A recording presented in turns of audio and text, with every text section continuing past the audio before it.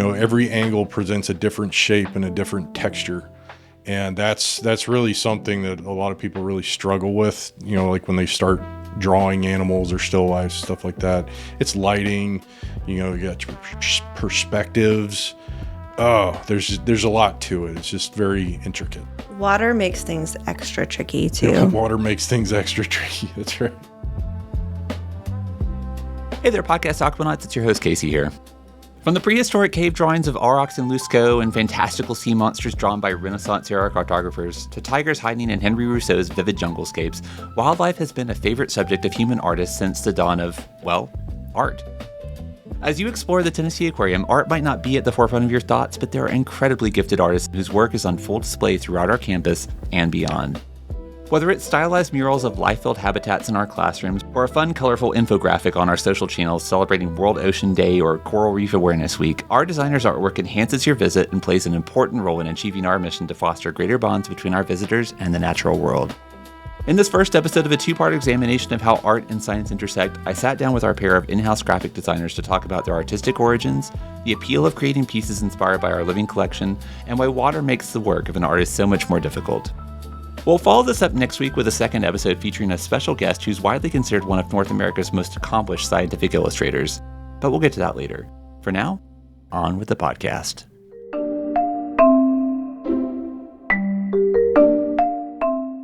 Hello, and thank you for joining us for another episode of the Podcast Aquatic, the official podcast of the Tennessee Aquarium. When I started this show, I wanted the podcast to encompass all aspects of the aquarium, not just the animals and the things that you kind of think of automatically when you think about the aquarium, but also the roles that are a little bit more behind the scenes that you see and experience the impact of the work of that person or those people. But you might not necessarily think automatically about that role being something you associate with an aquarium. And this week, I want to talk about, or this episode, I want to talk about art. And specifically, we have two in-house artists who will be the guests on today's episode, Mike and Aimee. Aimee Swartz and Mike, your daughter had to tell me how to pronounce your last name because I mispronounced it so badly during summer camp. So why don't you go ahead and tell me how to pronounce your last name?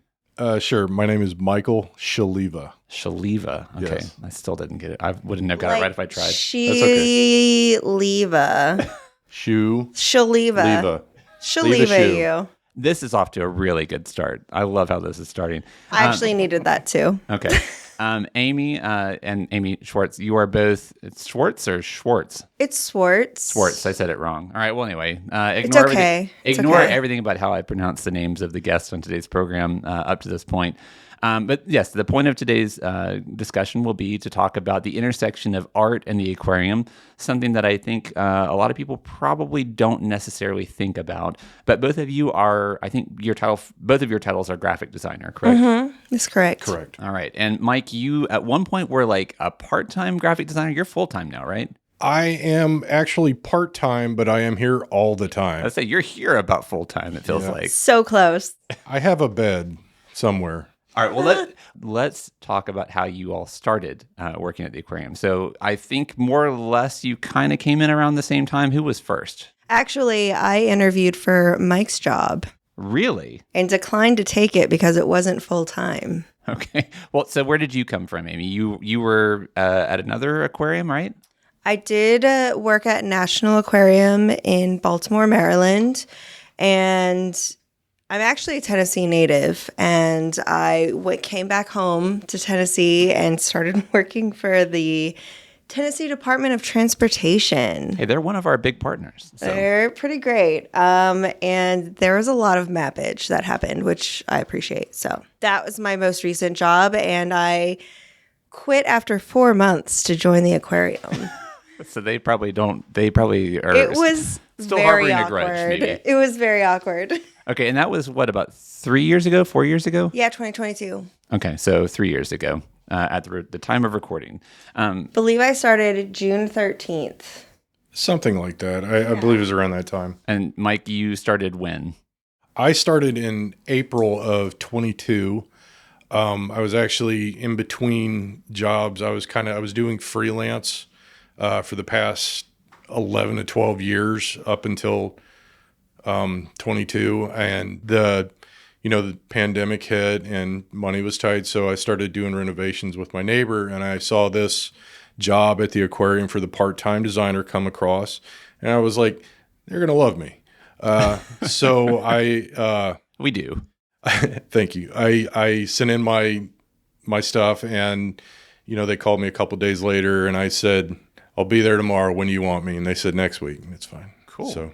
So were the two of you, I guess, Aimee, maybe you weren't as surprised since you'd already done this before, but were either of you surprised that there was a place for a graphic designer working at a zoo or an aquarium? Was that something that was shocking to you, or did you just I guess graphic design kind of touches on every business.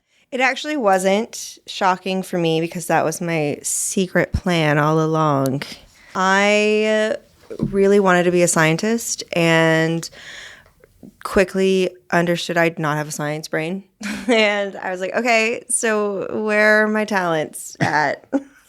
And I ended up deciding that creative communication was my best contribution to the science realm and environmentalism, and that's why I'm where I'm at. Nice. Mike, were you at all surprised that there was a role for somebody like you at the aquarium? I was not surprised. I think graphic design, in particular illustration and art in public institutions like aquariums and zoos, is probably just as important as some of the animals being in the zoos, because it really does teach and it informs and it attracts people to those institutions. I was very happy to get this job. I've drawn pictures of fish and landscapes. I paint, I illustrate, and I've been doing that literally my entire life. And like Aimee, I really wanted to be an oceanographer.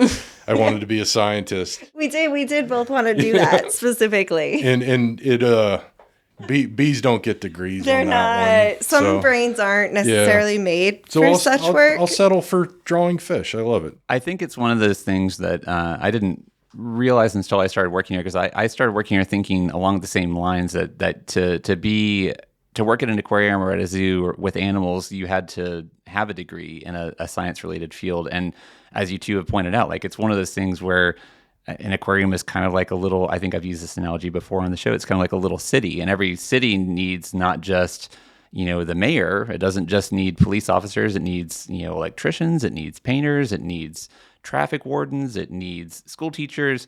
So there's really a role. If you really want to work at a zoo or aquarium, there's a whole episode dedicated to just that topic. So working at zoos and aquariums, and there are a lot of different paths to get to an aquarium. So, and I think it's interesting that you both kind of had that same zest for the natural world. And I think that the one thing that does unite the people who work here is that sort of shared love of the natural world.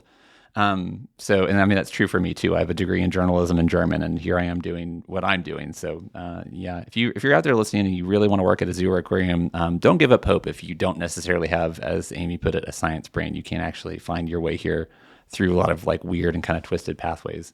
Let's go back to your origins as artist. Mike, you said you've been doing this kind of art basically your entire life. So what was the earliest memory of wanting to be an artist? What were you thinking about or drawing, and what were the media that you were exploring early on? Well, my mom she kind of started painting just as crafts and things when I was a little kid. One of my earlier memories of drawing was drawing. This doesn't sound like a nice thing to do, but I would draw in church on the pamphlets, and I would just continue drawing on them, and that got me into a lot of trouble. And that's why I can remember that. And then past that, drawing in schools, I was always had pen and paper and pencils in front of me. Got in a lot of trouble with that too. It was not always an optimal thing to do, but I very much enjoyed it. I came home most times, instead of doing my homework, I'd pull out a pad of paper or do some watercolors or something like that. I played sports a lot, so it was kind of nice to do in between sports, or just kind of relax and kind of set your mind right. So that's kind of how that started. And then on into high school, I had some very good teachers that pushed me in the right direction, taught me some more advanced techniques, different mediums, sculpture, things like that. And it's something I enjoyed, and I'm happy that I can make a career out of it. Yeah. Aimee? I actually started drawing because I was an avid reader and would be very, very annoyed if the descriptions in the books did not match the illustrations. And so I was like, well, I got to fix this because this is just doesn't work. That's why I started drawing. How old were you? Oh, gosh, I don't know, 6, 8. I started reading really early, but it didn't occur to me to, like, re-illustrate the thing. I guess because, like, by then I was starting to be in more...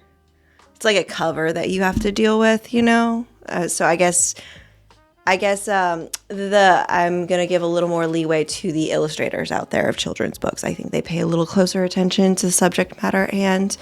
When you get into your deeper volumes, you need some help. All right. So were animals always something that you felt drawn to as a subject? Or No. No? Actually, not at all. I preferred people. I love people. I think I love and hate people, actually. Very shy, but I loved watching the expressions of people's faces, especially when they're communicating or when they're really passionate about something. And I just found the organic world easier to connect with than, say, architectural or engineering drawing. Okay. Mike, were you always drawn to animals as a subject to draw or paint? Actually, yes. I grew up, one of my favorite things to draw was ironically fish. Really? I fished a lot. I hunted as a kid. I still do. I liked camping, even though I didn't get to do too much of it. I was really kind of drawn, like, earlier on. Like, I remember in middle school, we went to the Birmingham Museum of Art, and that was one of the first places I saw a Bierstadt in real life. I was like, oh, I want to do that. And I can't do that. I keep trying. So it was always mainly just the animals and things like that really attracted me. Getting the faces or the body movements, you see in young kids, they never really get there, right? So that was something I always really tried to get to. And I still struggle with it today, but that's what paper's for. You throw it away.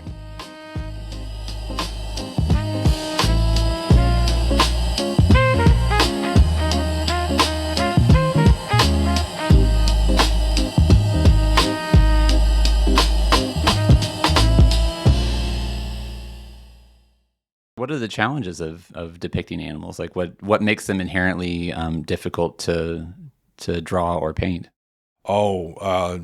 Numerous things. Live animals look a lot different than taxidermized animals. Live fish have colors on them that you can't replicate. You can see it when they're underwater. There's a different color when they're hanging, or when they're like hanging in someone's living room. You can't get those angles. Every angle presents a different shape and a different texture. And that's really something that a lot of people really struggle with, like when they start drawing animals or still life, stuff like that. It's lighting, you got your perspectives. Oh, there's a lot to it. It's just very intricate. Water makes things extra tricky too. Water makes things extra tricky. That's right.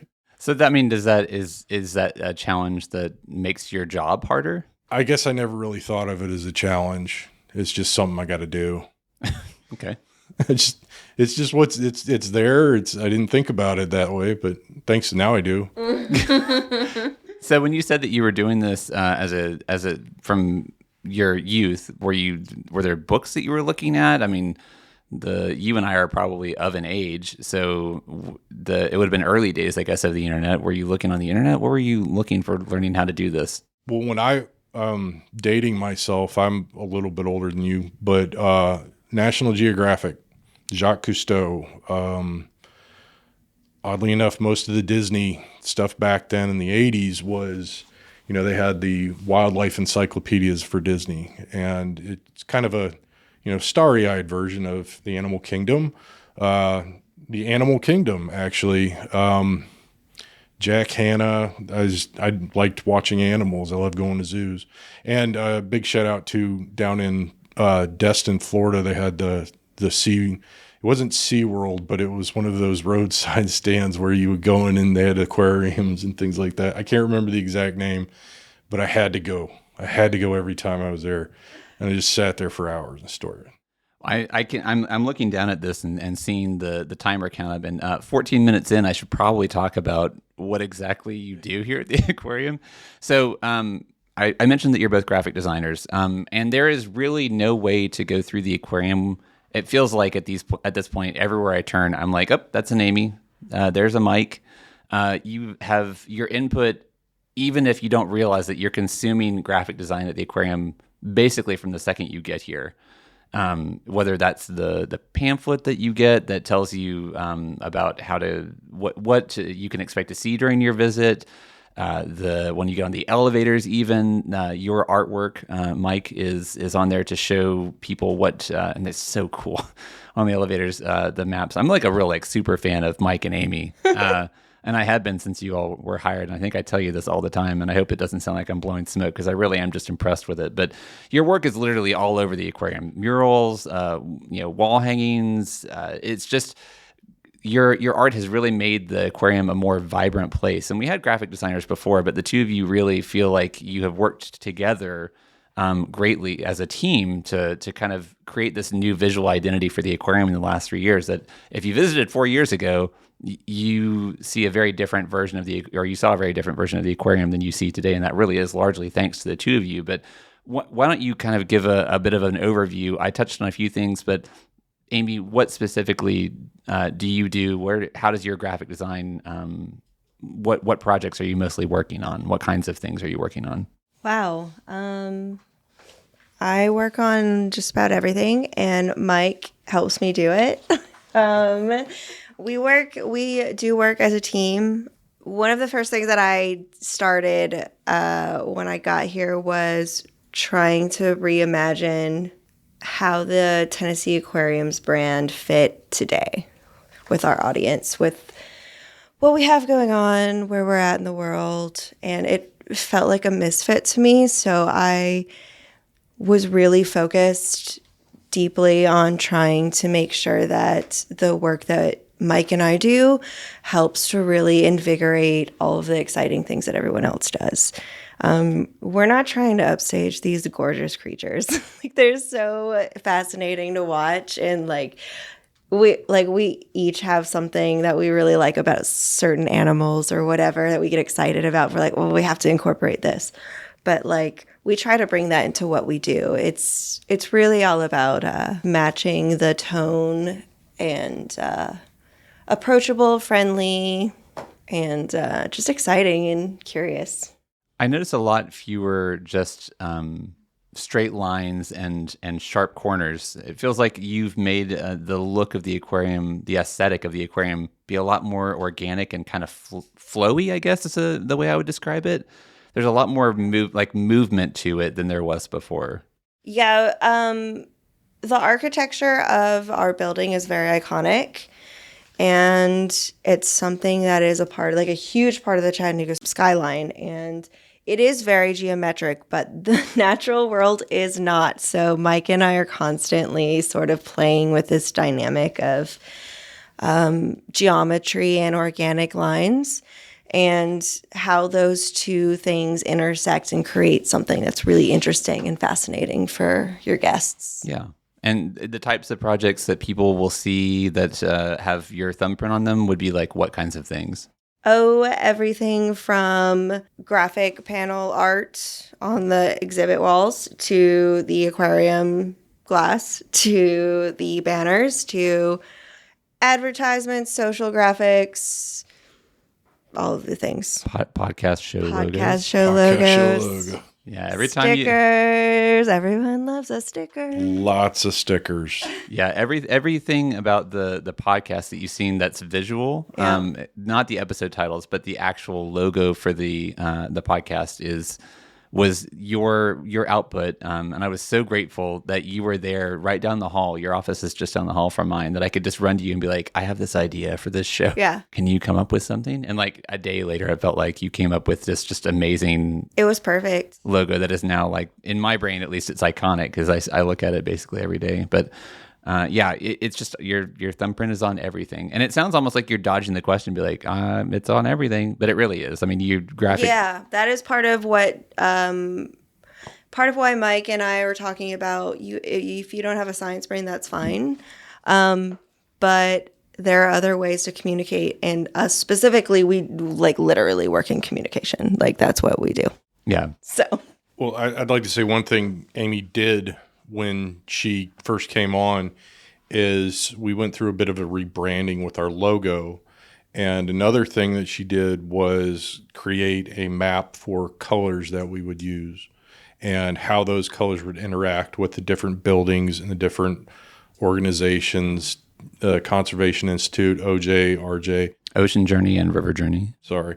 We use a lot of acronyms internally. But one of those things is she came up with a really strong foundation on that.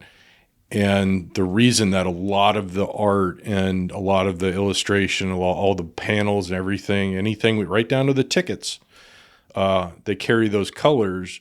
And you see that, you may not realize it, but it's from that strong foundation of good branding that we build on, and then it's just easy after that. Mm-hmm. Yeah. We like to call it our design arsenal. Yeah. We are constantly building it. Mike has just really built it up intensely with a bunch of specific illustrations of our brand new learning center. Very beautiful. That's right. Yeah. Actually, by the time this comes out, our new Stream Learning Center will have come out, and there actually will probably already have been an episode talking with our director of learning and evaluation, who has kind of helped to spearhead that effort from the education side of it. But yeah, those murals that you designed for the interior of that building are really cool. Yeah, that was a fun one. Real quick on that one. That had a short deadline, so we're still working with some parts of the graphics that interesting. The illustrating part was difficult in itself, but now you're going to the implementation of something physical on the wall, and it really kind of brings out, like, this became a problem. How do I fix it? It's problem solving. And it's, I've got some spots, some inopportune light boxes in places that I did not realize they would be. So it makes the animals look a little weird. So I have to go back and figure a way to fix that. Yeah. So that's kind of the implementation part of it. But it's going to be a really interesting space. I really hope the kids enjoy it. It's going to be a lot of fun down there. Well, what's neat about this, and this kind of speaks to the whole point of the episode, which is this intersection between art and science, and both of you having that love for science that is at the root of your interest in working here.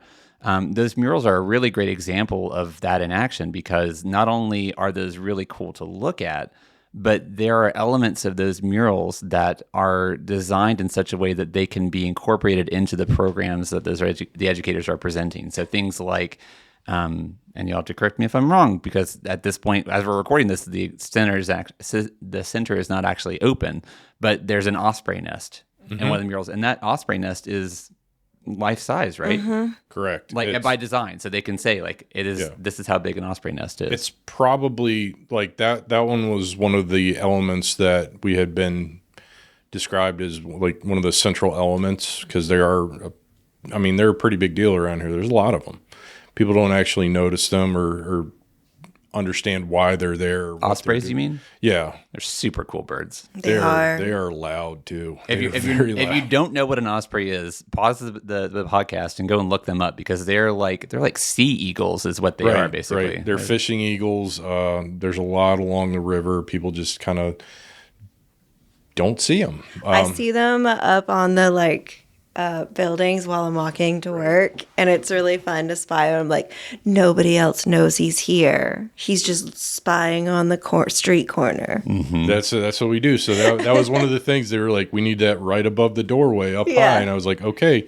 But doing that, it was hard because I had to line that up, and then I've got 7 panels out to the side of vinyl on either side that have to line up too.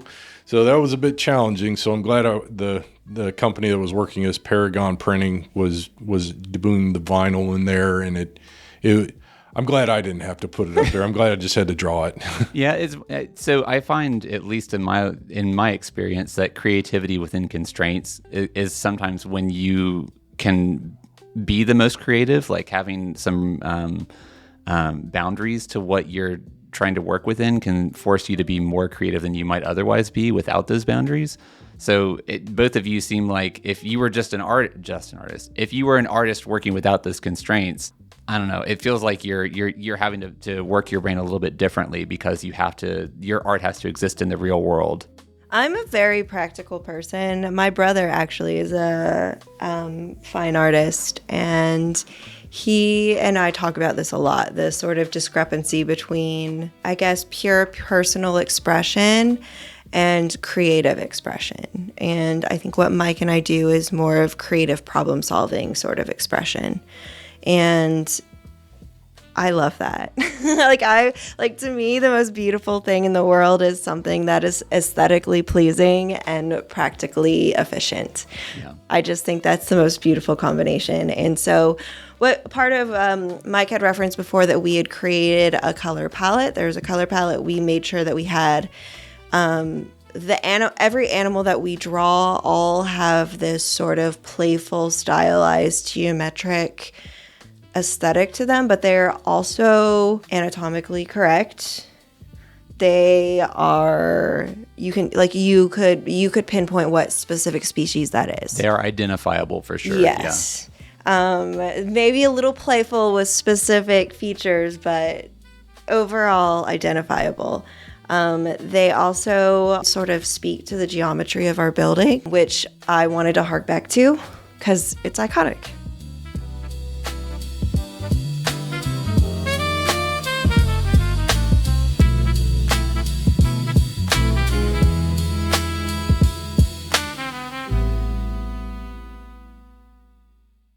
To paint a word picture, I guess, to describe what you're talking about, when you have, like, for instance, an octopus, the octopus's arms might be bent at angles that are a little more almost like right angles, or closer to that. A little more playful. Yeah, they're not. You think of an octopus and you think of them being very fluid, like almost amorphous. Like they don't really have like a set form, but the way that you have illustrated them, Mike, has them in a much more angular kind of almost depiction. Egyptian-like, I think. Yeah. Yes. It's distilled down to angles, like Aimee said. It's distilled down to kind of mimic the geometric shapes, and then our branding is playing off of those geometric shapes with slightly more organic, but yet still geometric. I wouldn't say asymmetrical or symmetrical, but I would say that they work well enough together to where you can have the hard angles and the geometry like that and recognize it as our brand, as our building. Yeah, it's very distinctive. It's one of my favorite things that has come out of both of you being at the building. I love walking through. One of the first projects that I remember you working on, Aimee, was when our Register Rivers gallery opened in 2023. That was the first gallery about the time that we did the rebranding that Mike mentioned earlier. You really had that was the first one that you were involved in basically from start to finish. And I love to look at that and see like this first example of like, because the whole building can't change all at once, right? It has to be done piecemeal. There's just too much going on. Not every gallery is being worked on at the same time. So it has to happen incrementally. And it was the first example of like, this is what the aquarium's going to look like. Like, this is the direction we're heading. And it was very exciting. It was really cool. It was very energetic. It felt very modern. It still feels modern. I mean, 2 years later is obviously not that much time, but I mean, it feels very of this time, which I think you mentioned earlier that was one of your aims, and it definitely is one that I think you achieved. Yeah. Another reason why we feel that a playful interaction of geometric and organic shapes in our illustration style and brand is because sometimes the behaviors of animals, or, you know, whatever it is we're learning about them, like sometimes they're really complex. And if you look at an actual image of what's going on there or what they're trying to depict, it's actually really murky. And so sometimes in order to truly understand what's happening, you really do need to dial back and distill back to that like original geometry and simplicity. And so that's sort of what we're doing when we play with that, with those natural shapes and those organic curves, but also dialing them back to their most simplistic forms. Yeah. And the Mike, for you, the thing I've loved to watch is just the way that you depict our animals, the way that they're illustrated is just one of my favorite things, because it really has created this very distinct, cohesive style that is immediately recognizable as ours. And as you mentioned earlier, I know from having looked at these animals and written about them and done videos about them and talked about them, I know what to look for. And I see all these keystone features that are just like immediately like that is an Epaulette shark. That is not a snowy egret. We don't have one of those anymore. That is a four-eyed turtle. That is a cichlid. Those are all things that I think you've just done a really great job of doing what Aimee said, of distilling things down to a playful thing that still provides all those visual touchstones you need to be like, that is that species. Right. How did you do that? Where can you talk about developing that style, that approach to doing that? Sure. It was her idea. Actually, it kind of was. I had a lot of thoughts when I came in. She had a lot of thoughts when she came in. And I saw that as that style of illustration. Obviously you could toy with realism, but that part of it takes a lot of time and it's very intricate. And that goes more into the realm of scientific illustration, but stay tuned for a future episode of the podcast about that, actually. So my goal when we talked about it is we're like using the angular geometry, using color. My goal was to excite viewers and people and create an environment where people would interact and engage with these. You know, one of the goals of the big auditorium wall, the first one we did with illustrations like this and our brand colors and things like that, is we kind of tied in different places where these animals would hide. If you look at the drawings and the illustrations on the walls, there's a lot of animals on that wall. And some of them you may just walk past and not even see them. So this is, if you're going in the River Journey building, if you walk in through our main lobby and then just head straight forward down the set of stairs in front of you to where our restrooms are on what we call the A level, the auditorium is directly in front of you. As you keep walking down the stairs, if you kept going, you would run into the auditorium. And there's a long wall that has this mural that you're talking about. Yes. And that was kind of like the start of it. And then from there, you know, everybody was happy with that. And really, it's not effectively what we're doing is we're covering up an older wall with a graphic that was aged effectively. But what we did was we created a space and an environment to be engaging for kids to take a picture with their favorite animal, or just have something different, or just get somebody's eyeballs. If I can get them to spend 5 minutes looking at a wall, I did a pretty good job, I think, in the end of engaging them. They'll remember things like that. They'll be in the environment of where they want to go find these animals, to get them in the right mindset while they're, waiting to start their tour. The challenging part is really the implementation, kind of that. But, once we had the solid backbone of the branding and the colors and things like that, it just comes a little bit easier when we had that. So now going forward, when we do more things like this, we kind of have an idea, and it just comes a little bit easier. I don't want to say it's that easy because I don't want to be asking for more of them, but but it's just it's a way of engaging people and keeping their mind a little bit longer, because people's attention spans are going quickly these days. But I think it also lets people lead the way in what they're interested in. So because there's so much happening, when you just look into one of our exhibits or illustrations, like, you will find new things every time. Oh, and that's because that's what it's like in the real world, which is one of the things that we personally love, like finding weird behaviors that fish are doing or like going back to these weird little cubbies. One of the things that I love to do is to like spot out if I was living in that tank, like where I would hang out. I'm like, I would be under that log. Like, that's the perfect spot to hang out. So to me, that translates to the illustrations perfectly.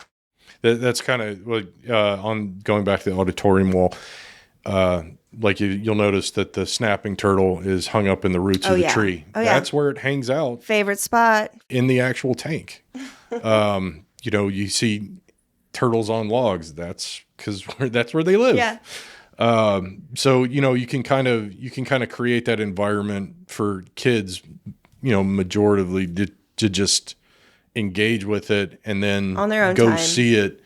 And I find that kind of clicks that little light bulb for a second in there that makes them want to come back and see it because they found it on their own.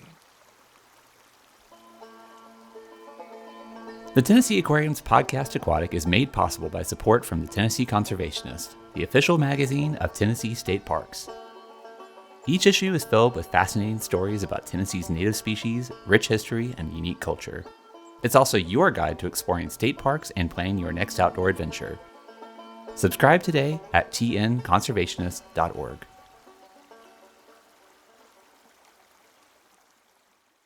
So how critical is it then?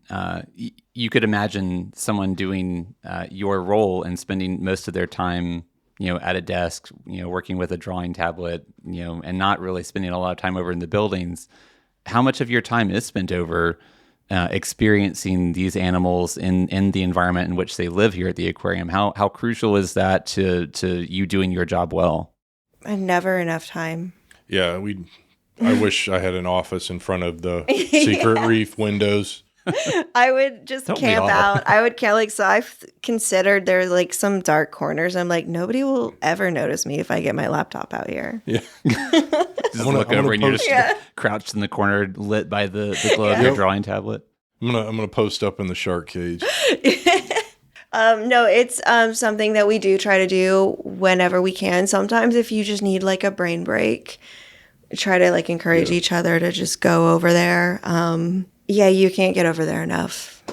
Yeah, it is a nice perk of the aquarium that when we all it's called work for a reason, and work brings a lot of anxiety, and it's nice that at any time if any of us feel a little bit overwhelmed, it's hard to be too stressed out when you're walking through like the undersea cavern beneath the secret reef that you just mentioned, Mike, and look up and hear that music and see those fish swimming above your head. So it is a nice de-stressing perk of being able to just go over whenever you want when things get a little too intense. And in your case, I guess it is kind of like research. It is actually research, yes. What is your favorite habitat?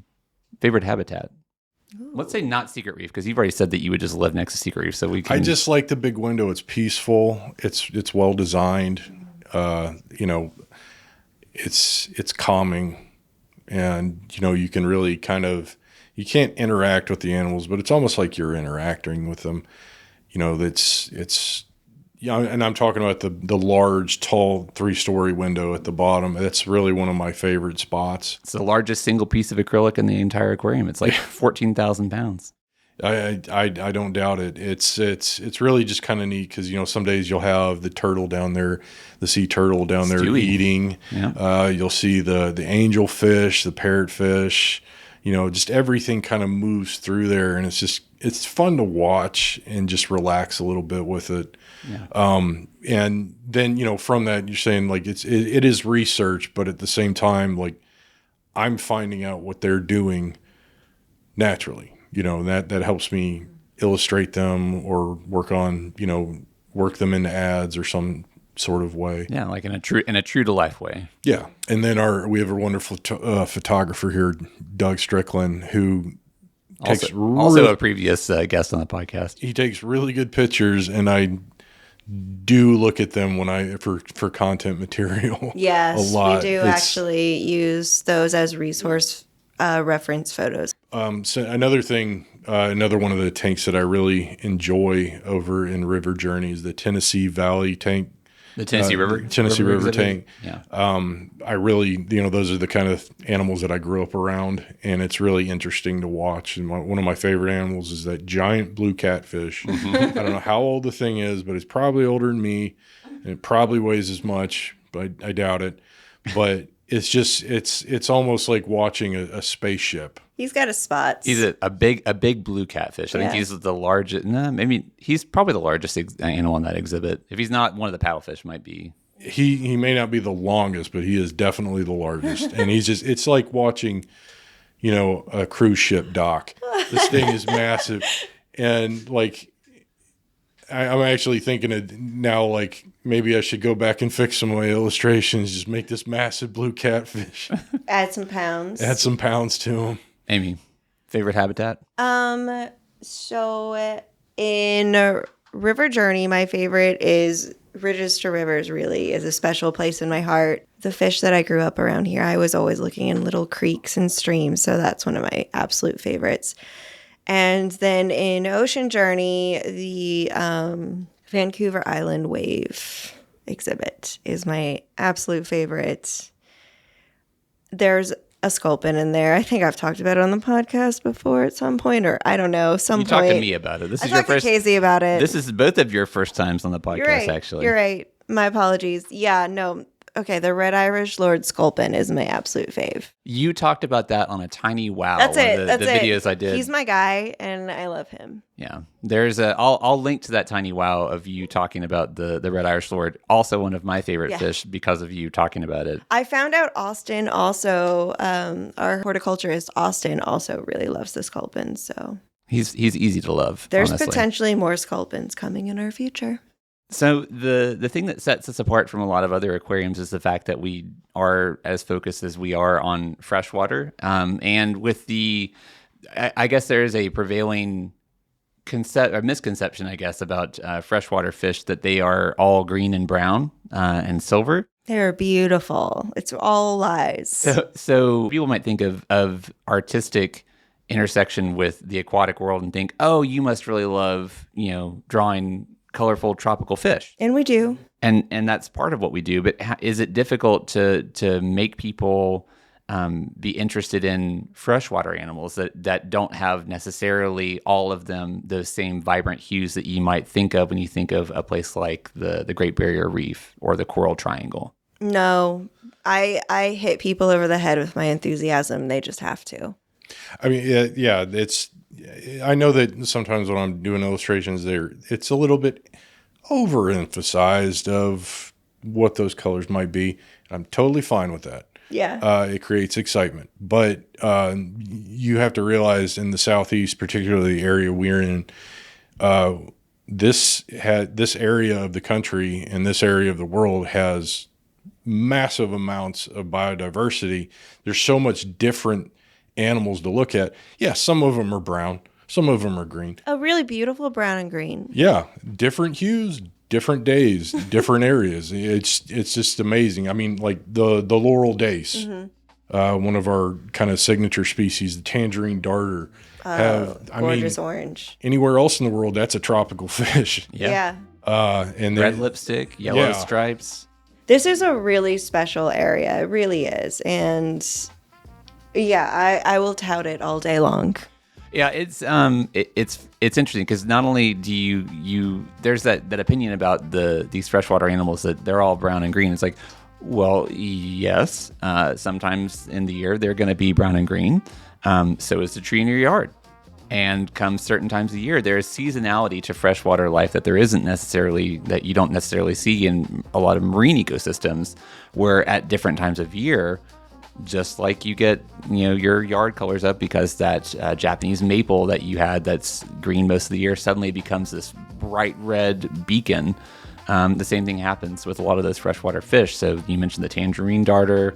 the Laurel dace, obviously. We've got some beautiful rainbow darters. Bronze darter. Yeah. Red Tri-spot. line darters, cherry darters. There are so many that you could see. And Candy Bandit or something. Was that one? Yeah. So the neat thing, though, about Register Rivers and why it is probably my favorite gallery, although Appalachian Cove probably comes first for me. I think I've said that before. I don't want to contradict myself. But my next favorite after that would probably be Register Rivers, because it is also my home. And it is, I think, a great way for people to appreciate, in addition to seeing it through your art, that there is so much more color and so much more vibrance that is just kind of hidden right beneath the surface of these places that they wouldn't know, because most people just step over these streams. They're so small, but they're packed with life, like you mentioned, Mike. They're just absolutely full of these beautiful animals that you don't get to see or appreciate unless you come here or stick your face in the stream with a snorkel. Or do that. Stick your face into the stream. Do stick your face in the stream. Absolutely. Get muddy.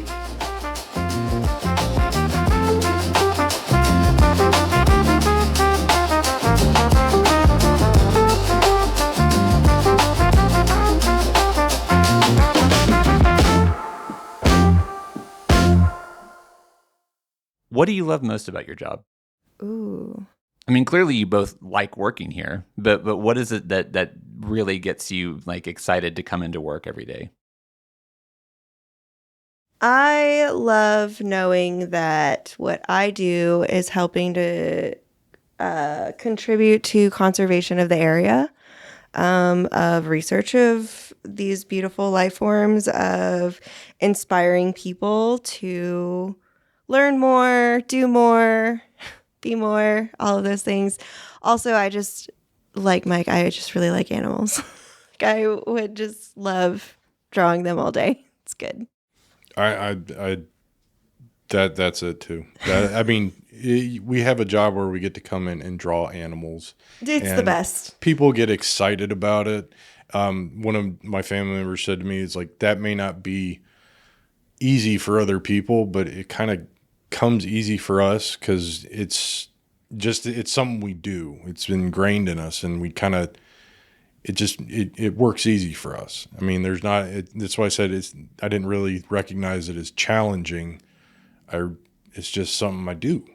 Yeah. And one of the best parts, I guess, with our job is seeing something you did and people reacting to it in a positive way, whether they learn something or retain some knowledge. Yes. The end goal of the day is getting people to come back because they had so much fun, because we created an environment for them to enjoy it and use that knowledge that they get. But that you see kids smiling or taking pictures with a sturgeon is pretty cool. Or interacting with one of our graphics or whatever. I personally want everyone in the world to know what a midden is. Look it up, everybody. So this would be the octopus thing, right? Yeah. Okay, I won't spoil the fun, but yeah, look up what an octopus midden is, because it's definitely an interesting part of their natural history, for sure. So good. All right, so you touched on this just now and actually a little bit earlier, but we are, as a nonprofit, we are very mission-driven. So our mission here at the aquarium is to help connect people with nature and empower them to make informed decisions about water and wildlife.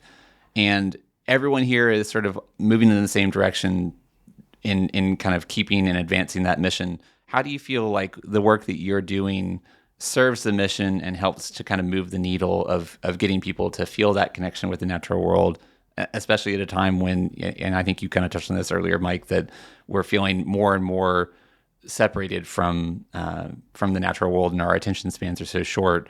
There's a little bit of a disconnect. So how do you feel like the work that you're doing and the art that you're creating is kind of helping to, like I said, move the needle and help people feel that connection with the natural world?